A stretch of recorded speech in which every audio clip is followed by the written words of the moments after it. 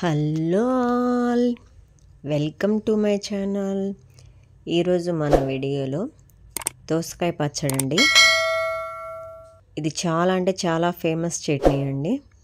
ఎందుకంటే ఇది మనం ఈ ఎండలకి కనుక చేసుకొని తింటే చాలా అంటే చాలా పర్ఫెక్ట్గా ఉంటుంది. ఇంగ్రీడియంట్స్ స్క్రీన్ పైన ఇచ్చాను, ప్రతి ఒక్కటి చెక్ చేయండి ఒకసారి. ఈ దోసకాయ పచ్చడి మన ఒంటికి చలవ చేస్తుందండి.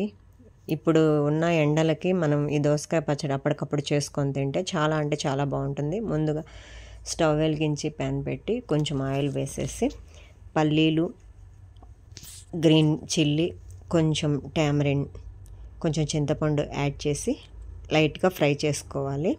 కొంచెం బ్రౌన్ కలర్ వచ్చేంత వరకు, అవి వేగే వరకు, పచ్చివాసన పోయి వేగే వరకు మిక్స్ చేసుకొని ఫ్రై చేసుకోవాలి.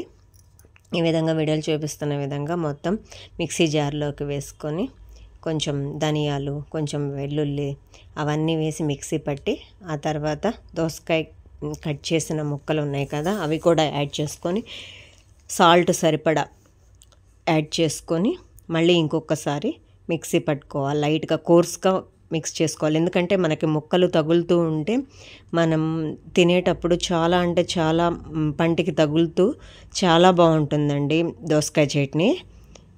మనము ఆయిల్ పెట్టుకొని పోపు దినుసులు వేసి ఎండుమిర్చి కూడా వేసి వేయించుకోవాలి. ఆ క్లిప్ కొంచెం మిస్ అయిందండి.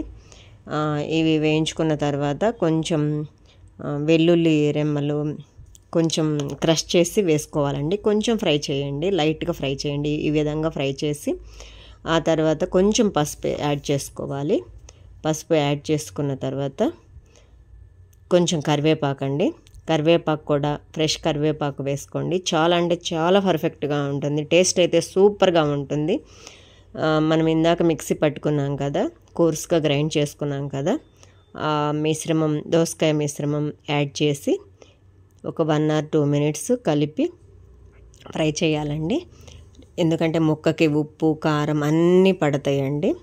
ముక్కకి ఉప్పు కారం పట్టిన తర్వాత ఇంకా ఏమన్నా ఉప్పు మనకేమన్నా సరిపోకపోతే టేస్ట్ చూసుకొని కొంచెం వేసుకొని కలుపుకోండి. మొత్తం నీట్గా కలుపుకుంటే మనకు కావాల్సిన రెసిపీ రెడీ అవుతుంది. లాస్ట్లో కొంచెం ఫ్రెష్ కొత్తిమీర వేసి దించేసేయండి. మన రెసిపీ రెడీ అండి, దోసకాయ చట్నీ.